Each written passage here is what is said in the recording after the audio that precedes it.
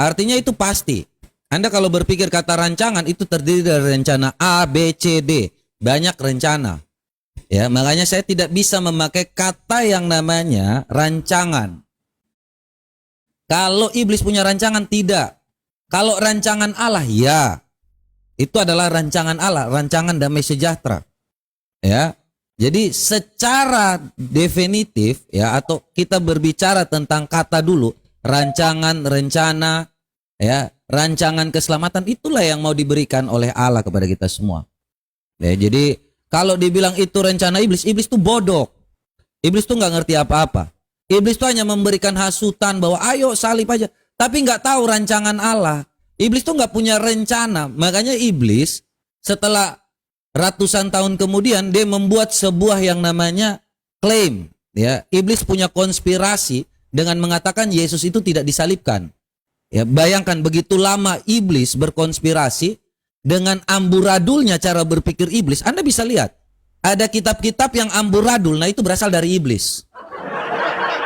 Ya, kalau Alkitab itu Anda lihat cara sistematika penulisannya dari timelinenya Kejadian sampai pada Wahyu, itu cara berpikir Allah. Ya, beda dengan cara berpikir iblis, amburadul.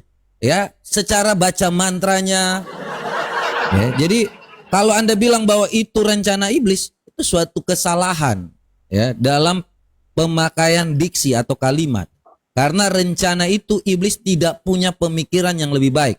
Ya, saya dengan iblis, iblis itu di bawah rendahan.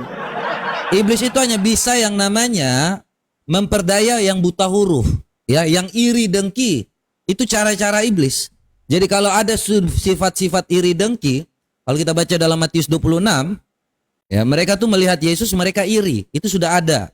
Ya, makanya mereka tahu bahwa Tuhan Yesus itu mau dibicarakan seperti apapun, ini ya, ada iri dan dengki itu sifatnya berasal dari iblis. Ya. Nih ya. Siapa yang mengetahuinya? Karena mereka sudah berkumpul di sana, Pilatus berkata kepada mereka, "Siapa yang kamu kukehendaki kubebaskan bagimu? Yesus Barabas atau Yesus yang disebut Kristus?" Ya, ini dalam Alkitab menjelaskan, ia mengetahui bahwa yang telah menyerahkan Yesus karena dengki. Jadi Yesus itu karena kedengkian manusia. Apakah diselimuti dengan sifat iblis? Ya, tetapi dia nggak tahu tuh. Iblis tuh nggak tahu bahwa Yesus akan mati di kayu salib atau enggak. Yang penting iblis tuh tidak tahu tentang masa depan. Ya, jadi iblis tuh tidak punya rancangan. Iblis tidak mengetahui tentang rencana Allah. Ya, iblis tidak mengetahui tentang apa yang nanti akan terjadi. Iblis bisa melihat masa lalu, tetapi iblis tidak tahu tentang masa depan.